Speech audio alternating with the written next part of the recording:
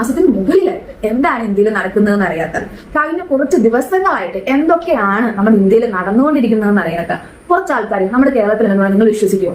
എന്നാൽ അത് ഭയങ്കര സർപ്രൈസിംഗ് ആയിട്ട് എനിക്ക് തോന്നി. അങ്ങനെ കുറച്ച് പേര് ഇപ്പോഴും ഉണ്ട്.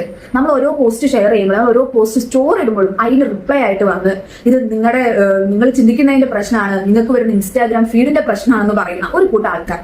അതിൽ കൂടുതൽ പേരും 10, 20, 25 വയസ്സൊക്കെ ഉള്ളവരാണ്. അല്ലാണ്ട് ഒരുപാട് പ്രായമായിട്ടുള്ളവരോ അല്ലെങ്കിൽ ഇതൊക്കെ ഒന്നും അറിയാത്തവരൊന്നും അല്ല. ഇവർ വന്ന് പല പോസ്റ്റുകളുടെ താഴെ വന്ന് ഇത് ആന്റി നേഷൻ ആണ്, ഇവർ ടെററിസ്റ്റുകളാണ്, ഇത് ഇപ്പൊ ഭരിക്കുന്ന ഗവൺമെന്റിനെ താഴെ ഇറക്കാൻ വേണ്ടി ഒപ്പോസിറ്റ് പാർട്ടീസും അല്ലെങ്കിൽ വേറെ ആൾക്കാരെല്ലാവരും കൂടെ ചെയ്യുന്നതാണ്, ചൈനക്കാരും പാകിസ്ഥാനികളും ഇതിൽ പങ്കാളികളാണെന്നൊക്കെ പറയുമ്പോൾ എനിക്ക് തോന്നും നിങ്ങൾക്ക് ശരിക്കും മനുഷ്യർ തന്നെയാണോ? ഇതിപ്പോ ഹൈ പ്രിവിലേജ്ഡ് ആയിട്ട്, അതായത് കാശ് കൊടുത്ത് എന്തും വാങ്ങാൻ പറ്റും അല്ലെങ്കിൽ എന്തും എനിക്ക് ചെയ്യാൻ പറ്റും എന്ന് ചിന്തിക്കുന്ന ഒരു പറ്റും ആൾക്കാർക്ക് ചിലപ്പോൾ ഇതൊന്നും എന്താ പറയുക മനസ്സിലാവണമെന്നില്ല. കാരണം ഇത് എഫക്ട് ചെയ്യുന്നത് ശരിക്കും മിഡിൽ ക്ലാസ്സിൽ നിന്ന് വന്ന കുട്ടികളാണ് എഫക്ട് ചെയ്യുന്നത്. പ്രൊട്ടസ്റ്റിൽ ഇറങ്ങിയിട്ടുള്ളതും അങ്ങനെയുള്ള കുട്ടികളാണ്.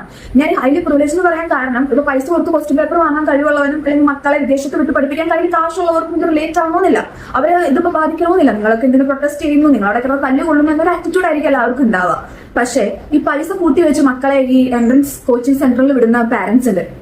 അതായത് ഈ കുറി പോലെയുള്ള സാധനങ്ങളൊക്കെ ചേർന്ന് പൈസ വർഷങ്ങളായിട്ട് സ്വരുകൂട്ടി വെച്ചിട്ട് ഈ പൈസ വെച്ചിട്ട് തന്റെ മക്കളെ പഠിപ്പിക്കുന്ന കുറേ മിഡിൽ ക്ലാസ് ഫാമിലീസ് നമ്മുടെ കേരളത്തിലുണ്ട്. ഒരുപാട് ബുദ്ധിമുട്ടി മക്കളെ പഠിപ്പിക്കുന്നവർ എന്തിനു വേണ്ടിയാണ്? നാളെ മക്കൾ പഠിച്ചൊരു ഡോക്ടറോ എഞ്ചിനീയറോ ഒക്കെ ആയിട്ട് പുറത്തിറങ്ങുമ്പോൾ അവരുടെ ഫാമിലി രക്ഷപ്പെടുമെന്ന് വിശ്വസിച്ചിട്ട് പഠിക്കാൻ ഇൻട്രസ്റ്റ് ഉള്ള തന്നെ മക്കളെ കഷ്ടപ്പെട്ട് പഠിപ്പിക്കുന്ന അച്ഛനമ്മമാരുണ്ട്.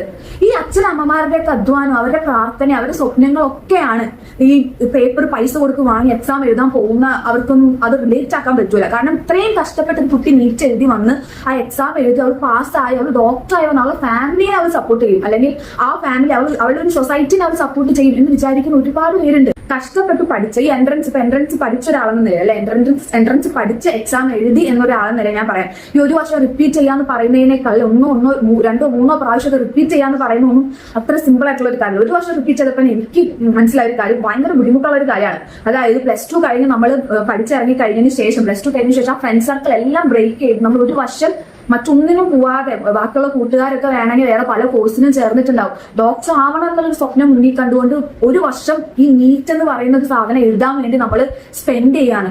അത് എഴുതി ആ ഒരു സീറ്റ് കിട്ടി ഡോക്ടർ ആവുക എന്നുള്ളൊരു എയിമാണ് എല്ലാവർക്കും ഉണ്ടാവുക. അപ്പൊ ഈ പഠിച്ചോ 1 വർഷവും 2 വർഷവും 3 വർഷവും 4 വർഷവും റിപ്പീറ്റ് ചെയ്തവരെ എനിക്കറിയാം. ഇവരെല്ലാവരും കടന്നു പോകുന്നത് മെന്റൽ സ്ട്രെസ് ഉണ്ട്. ഇതിന്റെ ഇടയിൽ പേപ്പർ ലീക്കായി എഴുതിയ എക്സാമിന് നല്ല മാർക്ക് കിട്ടുമെന്ന് പ്രതീക്ഷിച്ചിരിക്കുമ്പോൾ പെട്ടെന്ന് പേപ്പർ ലീക്കായി എക്സാം റദ്ദാക്കി എന്നൊക്കെ പറയുന്ന സിറ്റുവേഷൻ അതൊന്ന് ഇമാജിൻ ചെയ്ത് നോക്കാൻ തന്നെ നമുക്ക് പറ്റില്ല. അത്ര തന്നെ സ്ട്രെസ്ഫുൾ ആയിരിക്കും. അപ്പൊ അങ്ങനെയുള്ള സിറ്റുവേഷനിൽ ഇത് തുടർച്ചയായി സംഭവിക്കുമ്പോൾ നമുക്ക് അതിന് ഉത്തരം വേണ്ടേ? നമ്മളത് ആരോടാ ചോദിക്കുക? ഇപ്പൊ ഭരിക്കുന്നവരോടെ ചോദിക്കാൻ